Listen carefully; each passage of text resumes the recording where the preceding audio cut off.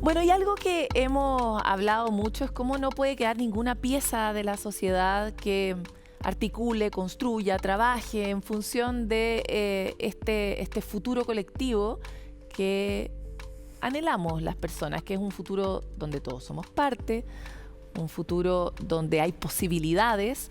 Y aquí el rol de la empresa, el rol del sector privado es uno que cada vez tenemos más claro, que es crítico para el desarrollo, por supuesto, pero también para lo que subyace a los distintos beneficios de la cohesión social, que es cómo hacemos que estas piezas que son tan estructurales realmente colaboren en el tejido social y no terminen siendo algo que lo desarticule. Y para esta conversación tan interesante veníamos hace rato empollando la posibilidad de tener aquí a Karen Tal, presidenta de ICARE, que ya está cerrando su ciclo, pero siempre es importante tenerte. Así que muchas gracias por estar con nosotros. Muchas gracias, Paloma. Estoy contenta de estar acá. La pregunta es bien amplia y es bien profunda, pero probablemente ICARE es una de las instituciones que más clara la tiene, y es cuál es el rol del sector privado en la construcción de la cohesión social. Me encantaría saber cuál es tu opinión en ese sentido. A ver, primero me gustaría decirte, para que se entienda un poco lo que quiero decir, desde dónde hablo. Yo estoy terminando mi presidencia ICARE, efectivamente, después de 2 años. Primero soy psicóloga, que creo que es un detalle importante. También he trabajado toda mi vida en CADEM. El otro día calculaba, debo haber entre moderado y asistido a 5.000 focus. Y eso significa que he escuchado a muchísima gente. Y escuchar a muchísima gente significa entender que las perspectivas de la realidad son múltiples, que cada uno ve la vida de una manera distinta y que nadie tiene la verdad absoluta. Un gran atributo para entrar a ICARE, digamos, tremendo. porque tal vez no todos tenemos esa claridad. Tremendo. Entonces, como he escuchado a mucha gente, he escuchado a mucha gente también desde el estallido social en adelante, porque en CADEM hemos seguido el proceso social y hemos ido haciendo focus durante todos estos 5 años. Bueno, hay muchas visiones de lo que ha pasado que son diferentes, y vivimos en una sociedad que es diversa y somos humanos y tenemos visiones distintas, y eso es algo a lo que yo me he dedicado, a escuchar. Y luego entonces llego a ICARE como presidenta. Yo estaba en ICARE hace muchos años ya. ICARE es un espacio de encuentro del sector privado, del mundo empresarial, que lo que busca es empujar la excelencia empresarial y también un mejor Chile para que la empresa pueda desplegar todo su aporte para hacer un mejor país. Y en ICARE me ha tocado, además de interactuar con el mundo empresarial, cosa que he hecho toda mi vida también desde CADEM, desde mi oficio, me ha tocado también interactuar mucho con el mundo empresarial, pero agregar una nueva experiencia que no había tenido nunca, que es el contacto con el presidente, con expresidentes de Chile. Conocí al presidente Piñera, al presidente Bachelet, a los ministros, a los parlamentarios, que también son una visión distinta, la política, que yo no la había conocido tan de cerca. Y ICARE lo que hace entonces es generar un encuentro en todos estos mundos, del sector privado, pero con los otros mundos, con la sociedad civil, con la política también. Entonces, a mí me parece que lo que hace ICARE ahí es un tremendo aporte en un Chile muy desconfiado, donde nadie confía en nadie, y además que se ha vuelto cada vez más individualista. La gente, después de 2 procesos constitucionales fallidos, ¿qué es lo que es un proceso constitucional? Es hagamos entre todos la casa de todos, pero cuando ya fracasas una vez, haciéndolo entre todos, cuando no importa, vamos por otro. Y volvemos a fracasar de nuevo, entre todos. Entonces la gente, lo que ha tendido, creo yo, es a decir, bueno, ¿sabéis qué? Cada uno se la arregla como puede. Entonces tenemos una sociedad que es individualista, que es muy desconfiada. Entonces creo que el poder tener un espacio donde se hace diálogo y se construyen confianzas tiene un valor fundamental. Ahora ICARE también tuvo, a la luz de la ciudadanía, un giro en una conversación, un punto de encuentro para empresarios, en un punto de encuentro donde los empresarios se conectan con la sociedad. El periodo en el que tú has estado a cargo, eso se ha notado mucho. Y me encantaría saber de qué modo esa transformación, esa evolución también está respondiendo a este tiempo en el que estamos, que parece que estamos anhelando volver a tener ciertos encuentros. Icare no cambia conmigo ni nada. Icare siempre ha sido un punto de encuentro, no solamente del mundo empresarial, sino también con la sociedad. Lo que pasa es que yo creo que a partir del 2019 en adelante... El llamado fue muy evidente. Claro, el llamado al mundo empresarial, porque lo que hubo en el 2019 fue una crítica a la élite, que fue muy potente en ese minuto, donde la élite era la política, éramos los empresarios, éramos todos los que están en la toma de decisiones. Entonces, creo que en ese minuto el llamado al mundo empresarial fue muy evidente. Y había que responder. Y había que responder, por lo tanto, Icare modificó su agenda rápidamente y creo que se hizo más conectado. ¿Por qué la sociedad lo estaba exigiendo así en ese minuto? Yo siempre me río porque Manuel Vargas, quien fue nuestro director ejecutivo por 50 años y gran sabiduría, me acuerdo que se reía porque decía, de veras que Icare también despertó.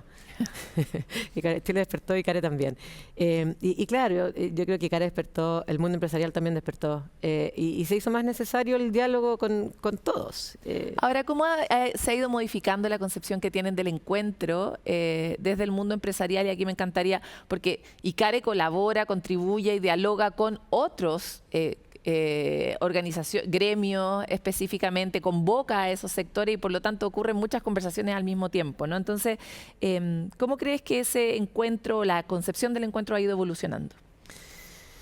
Uy, yo creo que es ambicioso que yo diga cómo ha ido evolucionando el encuentro. Yo puedo quizás referirme a lo que yo he aprendido sobre el encuentro, que quizás es más fácil para mí.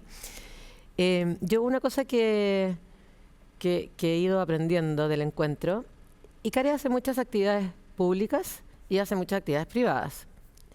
Y una conclusión a la que yo he llegado es que no se puede pretender hacer un buen diálogo cuando es solo público. Yo creo que la privacidad es muy importante. Yo creo que poder dialogar en privado, lo que no significa que uno tenga que hablar de cosas que están escondidas y que no se podrían decir en público. Como intimidades, como construir confianza en la cercanía. No puedes construir confianza con un TikTok, o sea, cuando le estás hablando a las redes sociales, al público. Y creo que esto es especialmente importante en las personas que están más expuestas, en los líderes empresariales, los líderes gremiales y también en los políticos. Porque si todo el rato le estás hablando a alguien que potencialmente te va a criticar, en el caso de la política va a dejar de votar por ti, es muy difícil dialogar de verdad. Dialogar significa mirarse a los ojos y mirar al otro, entender al otro. Pero no, yo creo que es muy difícil hacer eso si no es en un ambiente más íntimo. Y lamentablemente creo que la famosa cocina, entre comillas, se ha transformado en algo negativo, cuando yo creo que el poder dialogar, pensar en el largo plazo, a veces cuando uno negocia, cuando uno dialoga, uno necesariamente tiene que sacrificar cosas para poder llegar a un acuerdo con otra persona que piensa distinto. Como decía, tenemos visiones muy distintas. Y a veces significa sacrificar el corto plazo para poder hacer algo mejor en el largo plazo. Y eso es muy difícil cuando estás todo el rato expuesto. Entonces yo creo que un primer aprendizaje para mí es que se necesita intimidad. Se necesita diálogo público, pero también diálogo privado. Me encantaría avanzar un poco sobre... yo creo que a mucha gente le ha llamado mucho la atención tu tono y tu manera de ser presidenta de Icare. También diría yo, generosidad o amabilidad con la que has tratado al gobierno, en muchos casos, particularmente al presidente de la República. Y me encantaría saber cuáles son tus reflexiones en torno a eso, a la amabilidad, a la compasión, a ser amoroso con alguien, aunque ese alguien sea tan distinto, porque está tan poco de moda, ¿no? Sí, mira, te voy a decir dos cosas al respecto. Ayer leía, porque hice un posteo sobre como mi última reunión de directorio, y leí los comentarios, los leo uno a uno, converso con la gente, me gusta. Y la gente justamente, una cosa que me reconoce es que yo siempre he tenido un tono muy amable, con todos, con las personas que pienso distinto. Y probablemente el presidente Boric y yo pensamos distinto en la mayoría de las cosas, pero yo siempre voy a mantener mi tono de mucho respeto, primero porque es el presidente de la República, haya votado yo por él o no, y segundo porque es una persona, y yo a todas las personas, sobre todo si las invito a mi casa, las voy a tratar bien, eso primero. Pero fíjate que no es solamente que yo soy amable, yo creo que también una cosa que que reflexioné porque me la dijeron muchas y creo que es cierta, es que yo soy amable, pero soy muy clara en las cosas que digo. Creo que ser amable no significa no decir las cosas de una manera clara y a veces fuerte. Yo no soy particularmente amable, amorosa. Yo soy más bien amable, sonriente, pero clara y firme en las ideas. Como decía, no sé de quién es la frase, fuerte con las ideas, blanda con las personas. Entonces, yo pienso que uno puede combinar convicción y humanidad al mismo tiempo. Y para mí eso es muy importante. Yo puedo estar muy convencida de las ideas. Mucha gente comparó, cada uno en su rol acá, y Care en ENADE es el que invita. Nosotros somos los dueños de casa. Y el presidente de la CPC viene a representar a los empresarios en su rol de gremio. Y cada uno tiene un rol distinto. Mucha gente comparó el discurso de Ricardo, a quien quiero muchísimo, con el mío, porque el mío, claro, fue más dialogante, más amable. Pero si tú lees los dos discursos, dicen lo mismo de manera prácticamente muy parecidas. Lo que pasa es que quiero hacer el énfasis es el tono. En el tono y en la amabilidad, y de verdad a mí me gusta meter a la cazuela al amor, porque son palabras, sobre todo a las mujeres nos cuesta mucho decirlas, porque se nos reposiciona en un lugar del que las mujeres hemos tratado de salir muchas veces para ocupar roles de liderazgo y etcétera, para que no nos discriminen por ser así, ¿no? Sin embargo, esta es una sociedad que pide a gritos amor, amabilidad y una serie de actitudes generosas, compasión, generosidad, de hecho, para volver al punto. Y creo que, o da la impresión de que en parte lo que están diciendo los estudios, de que la gente está harta de la otra cosa y quiere ver esto en el mundo, como poder imaginarse cómo podría ser ese modelo, en parte porque parece que Chile está justito en este momento en un mundo un poco más en el centro. Pueden ser valores de los que hablamos poco, sabemos poco, los sabemos usar poco, y por eso quiero ponerle tanto esfuerzo a este otro atributo que tú sí has tenido y has representado desde un lugar de poder que es importante. Sí. Yo creo que tenemos que saber separar las ideas del tono amoroso. Porque a veces se confunde, o sea, uno por ser amoroso como que no estuviera defendiendo las convicciones, y yo creo que uno puede defender las convicciones con mucha claridad y con amor. Creo que se puede hacer las dos cosas al mismo tiempo. Mira, yo me acuerdo, te escuchaba y recuerdo que el 18 de octubre del 2019 en CADEM hicimos Focus la semana subsiguiente, estallido social. Y te voy a contar una experiencia personal. Yo ese mismo año tuve cáncer de mama. Y yo me diagnostiqué un día jueves y me operé un día martes. Y en los Focus, en ese minuto, hablamos con gente que marchaba, gente que no marchaba, gente que era más violenta, menos violenta. Por eso digo que hay perspectivas tan distintas. Y yo me acuerdo que se habló muy claramente de las demandas sociales, salud, educación, pensiones. Pero es distinto decir salud, educación, pensiones que cuando una persona te dice, mira, yo tengo un tumor en la mama. Ella no tenía un tumor porque si hubiera tenido un tumor todos esos años no habría podido estar viva. Pero ella pensaba que tenía un tumor, probablemente tenía un quiste que había que operar. Pero una señora me decía, yo tengo un tumor y llevo 6 años esperando, y fui al hospital no me acuerdo, había ido a un hospital para hacérselo de manera privada, pero me cobran 8 millones de pesos y yo nunca voy a tener 8 millones de pesos para poder hacérmelo. Y al mismo tiempo, un diputado, un senador, un ministro, un empresario, un gerente, gana eso en un mes. Entonces, yo no podía no empatizar con eso. Y me acuerdo que yo hice un video después explicando este estudio, los resultados y que fue un video que se viralizó porque todavía no teníamos como mucha información de lo que estaba pasando. Y ahí fue mi primera como aparición más pública. Yo nunca había hablado en público y tuvo muchos views. Y me acuerdo que en el mundo empresarial una persona me dijo, ten cuidado porque suenas demasiado empática. Es como que estuvieras de acuerdo con la gente que marcha. Y a mí me hizo pensar mucho ese comentario, porque lo que me estaba diciendo es que no es conveniente que yo suene tan de acuerdo con esta gente que marcha. Y claro, yo como que me lo cuestioné harto. Yo no puedo, soy lo que soy. Y nunca voy a perder la empatía, porque a mí me dio mucha pena que ella ¿No pudiera operarse? No pudiera operarse. Cuando yo me operé, yo me había operado ya, yo ya estaba bien en ese minuto. Y yo me operé a inicio del 2019, estaba con peluca en ese Focus. Y ella no podía operarse. Ahora, no es cierto todo lo que estoy diciendo porque hoy día el cáncer es Jessie y ella sí puede operarse si tuviera cáncer.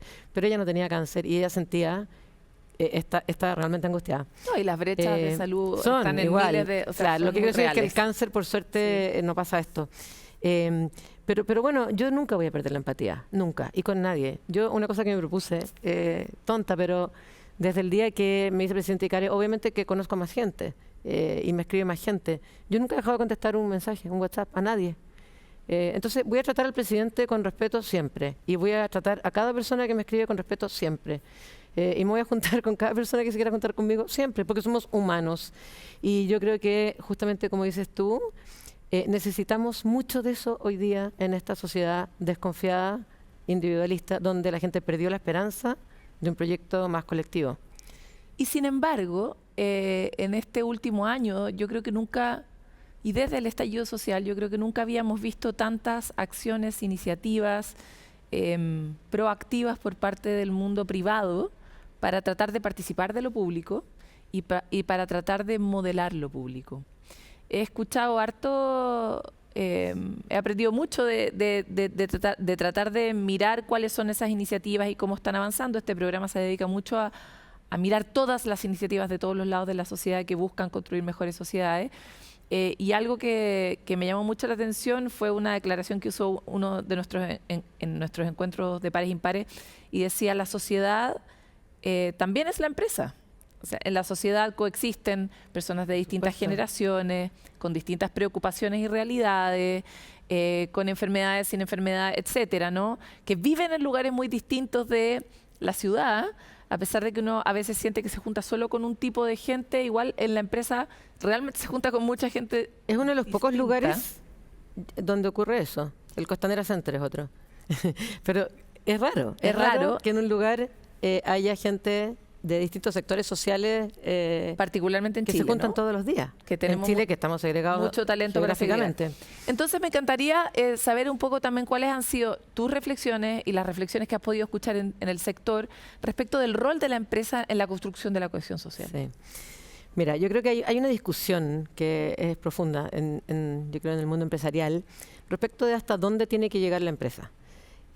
Porque, no sé, pasamos de un Milton Friedman que desde que la empresa tiene que dedicarse a lo que hace, que es generar utilidades para sus accionistas, hacia una empresa que tiene que agruparse de todos los stakeholders. Yo creo que esa discusión ya está un poco pasada, porque al final una empresa que no se preocupa también de sus trabajadores, de sus clientes, de sus comunidades, del medio ambiente, es una empresa que se va a quedar sin trabajadores, sin clientes, sin planeta para poder operar. Entonces, me parece que cualquier empresa que quiera ser sustentable y sostenible en el largo plazo, necesariamente tiene que preocuparse de los otros actores, porque son sus clientes, porque son sus comunidades, porque son sus trabajadores. Entonces, la empresa tiene un rol en preocuparse por los otros stakeholders que no son sus accionistas, eso es obvio. La pregunta es ¿hasta dónde? ¿Hasta dónde tiene que llegar la empresa?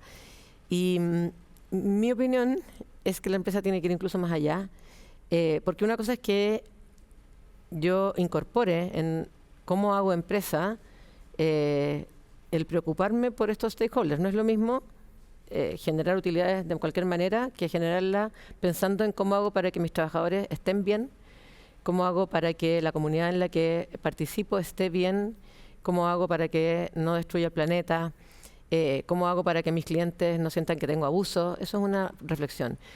Pero yo creo que el mundo empresarial tiene que ir más allá todavía y preocuparse de los temas sociales. Pero no desde la empresa, sino que como empresarios. Y, por ejemplo, hay iniciativas. Bueno, 3xI es eso. Este programa se hace con 3xI. 3xI es eso. Que ahí es el mundo empresarial haciendo cosas que no tienen que ver con lo que hace cada empresa, sino que está promoviendo encuentros a nivel más país. Hay otra iniciativa que es de la CPC, en la cual ICARE también ha colaborado, que es Empresas por Chile. Que lo que está haciendo Empresas por Chile es decir, ok, tomemos algunas de las demandas sociales y abordémosla desde la colaboración público-privada. Y ahí la empresa se está metiendo en algo que alguien podría decir no le corresponde a la empresa, le corresponde al Estado, que es seguridad, salud seguridad Educación. y educación, exactamente. Entonces, por ejemplo, se está haciendo que vayan los centros de salud, que pueden ser públicos o privados, a las empresas a hacerse todos los exámenes de prevención, que a pesar de que son gratis y que toda la gente tiene derecho a hacérselo, solo se los hace un 10% de la gente y se pueden prevenir muchas enfermedades y muertes. Significa un enorme ahorro para el gasto de salud del Tremendo, Estado, además. tremendo, del Estado, pero De las además el personas. bienestar de las personas. O sea, tú puedes evitar que una persona le dé una enfermedad grave solamente porque ese día fue alguien a la empresa, le hicieron unos exámenes y le evitaste una enfermedad detectaste a grave a tiempo esa algo. persona, a esa familia. Entonces, la prevención, ¿es rol de la empresa o no es rol de la empresa? Yo pienso que sí. Yo creo que como empresarios tenemos que abordar estas problemáticas también. Educación, tenemos muchos jóvenes que están saliendo de la educación técnico-profesional y con cosas que no conectan con las necesidades de las empresas. Entonces esto es como una especie de Tinder, digo yo, donde está la empresa, ofrece una práctica, sale la persona y esa persona se inserta en el mundo laboral y va encontrando un camino Claro, eso para supone poder... un diálogo que mucho tiempo estuvo tan anquilosado, ¿no? Tal cual. O si las empresas están en un barrio, bueno, ¿cómo mejoro la seguridad del barrio? Y todo esto se puede lograr solamente en colaboración público-privada. Por lo tanto, yo creo que la empresa es un actor importantísimo en la sociedad, que tenemos que desde la empresa colaborar con el mundo público, no solamente para hacer mejores productos, para resolver problemas de la gente, que es muy importante, sino que yo creo que también para impulsar iniciativas que mejoran la calidad de vida de todas las personas. Ahora, para cerrar, me encantaría recoger algo que hablábamos antes de empezar esta entrevista y te lo he escuchado en otras también en este cierre de ciclo, que es como, después de haber estado trabajando tanto para lo público, no me imagino a mí misma de una manera diferente. Y me encantaría que aprovecháramos esta reflexión de lo que te pasó en lo profundo para ver qué invitación se le podría hacer a mucha gente que de verdad nunca trabaja en lo público, que nunca se ha hecho la pregunta de qué manera podría participar en ello, sobre todo en una etapa en la que estamos asistiendo a tanta complejidad, a tantos desafíos de tal nivel de tamaño y variables, que la verdad es que sería bueno que más gente trabajara en lo público. Sí, es una súper buena invitación la que haces. Yo la verdad, como en mi experiencia personal, a mí nunca se me habría ocurrido que iba a terminar en un cargo como presidente ICARE, jamás. Se dio que en ese minuto veníamos después del estallido social, el directorio, somos 16, elige una persona y claro, yo por lo que hacía, por escuchar tanto, probablemente tenía algunos atributos buenos para ser presidente en ese momento, pero podría no haber sido y probablemente yo nunca habría ejercido un cargo como este. Y no se me había ocurrido siquiera. Pero bueno, lo hice, tomé el desafío y claro, yo después dije, bueno, voy 2 años a presidente ICARE y después vuelvo a los directorios, que es algo que efectivamente pretendo hacer. Pero también estuve 2 años levantándome en la mañana y sentir que hay una infinidad de cosas que uno puede hacer que le van a mejorar la vida, no a los que están cerca de una empresa, sino que al país. Y es muy difícil, claro, salir de ahí porque tú sientes que puedes hacer tanto. Y de todas maneras es algo que yo pretendo de alguna manera encontrar la forma de seguir haciendo. Pero también, claro, es bueno, no se me había ocurrido mirarlo desde el punto de vista que dices tú. Hay mucha gente que, como a mí, no se le ha ocurrido y que es bueno imaginar, chuta, ¿qué pasaría si yo también tuviera un tiempo dedicado más a lo público? Hay tanta gente tan buena. Yo creo que el presidente Piñera tuvo una virtud ahí en que convocó a un montón de gente que nunca habría participado de lo público y que participó durante ese tiempo y después volvió a lo privado. Pero hay tanta gente que puede hacer tanto por este país y hay que pensar desde dónde hacerlo y es una buena invitación. Estoy de acuerdo contigo. Te quiero agradecer por esta conversación, que lo hayamos logrado. Siempre quisimos poder profundizar sobre este ser exótico que eres, digamos, y que sin duda le ha aportado... Faltó hablar de las mujeres, que es bien importante. Me faltó decir que aparte de ser psicóloga, de haber trabajado en CADEM, de haber estado en ICARE, soy mujer y soy mamá. Y yo creo que también es bien importante en esta conversación. Agrega una mirada, ¿no? Sí.